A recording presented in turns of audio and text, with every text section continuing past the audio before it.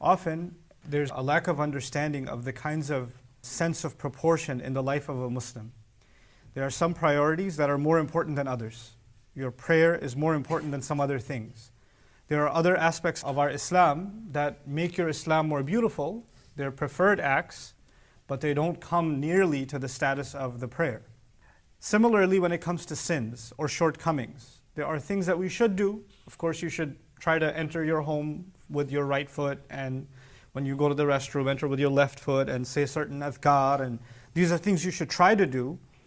And ignoring them is somewhat problematic, but then there are things that are major sins. And often what happens when people have a confused or a distorted sense of proportion is that they take care of the small things.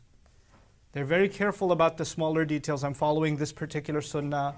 I'm making sure that I did this dhikr. I made sure that, for example, it's Friday today, so I recited my Surah Al-Kahf, etc., etc. So they take care of these small things. But at the same time, they ignore the gigantic major sins that are right there in their face, and they're doing them without even thinking about them. That may have to do with maybe earning income in an impermissible way. That may have to do with a major sin like zina, riba, and things like that. Some big, big evil sins are right there in your face, and you're blind to them as though you're not even doing them. But this other smaller stuff you're doing, making yourself feel better that you're practicing the religion. Which is why the Quran actually gives us a clear sense of proportion. What Allah says in this ayah is, إِن تَجْتَنِبُوا كَبَائِرَ مَا تُنْهَوْنَ عَنْهُ. If you were to avoid and make great effort to avoid the major, the grievous portions of the kinds of things that you have been forbidden from. So there's stuff you're forbidden to do, but there's some pretty serious stuff that you all know that you're not supposed to do. If you can manage staying away from that stuff, then as for the lesser shortcomings, نُكَفِّرْ عَنْكُمْ سَيِّئَاتِكُمْ, will bury away the remaining sins of yours. Meaning, take care of the serious matters first. Take care especially what the Quran will highlight, money matters, how we make money and how we spend money. That's a pretty serious issue. Taking care of the rights of the people around us, from everyone within the family to extended in the community, people like the orphan or the poor, etc. Taking care of them and not, فَذَلِكَ الَّذِي يَدُعُ الْيَتِيمِ. Those are big kinds of sins. Then in the way that we conduct our business, transactions, when you owe somebody money, when you got paid to fulfill a contract, when you were paid to provide a service, the honesty that you do at your job, those are pretty big, heavy items.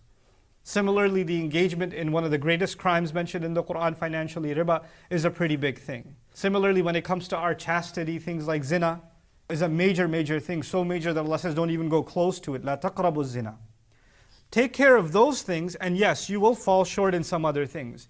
Maybe your salah didn't have perfect khushu'. Maybe your wudu wasn't amazing. You missed a drop or two here and there. Maybe that happened. Maybe when you were reciting Quran or when you were praying, your mind was elsewhere. Maybe when you went to do Hajj or Umrah, you overlooked certain rituals, or you didn't do the best. Maybe you lost your patience every once in a while. Maybe some things like that happened.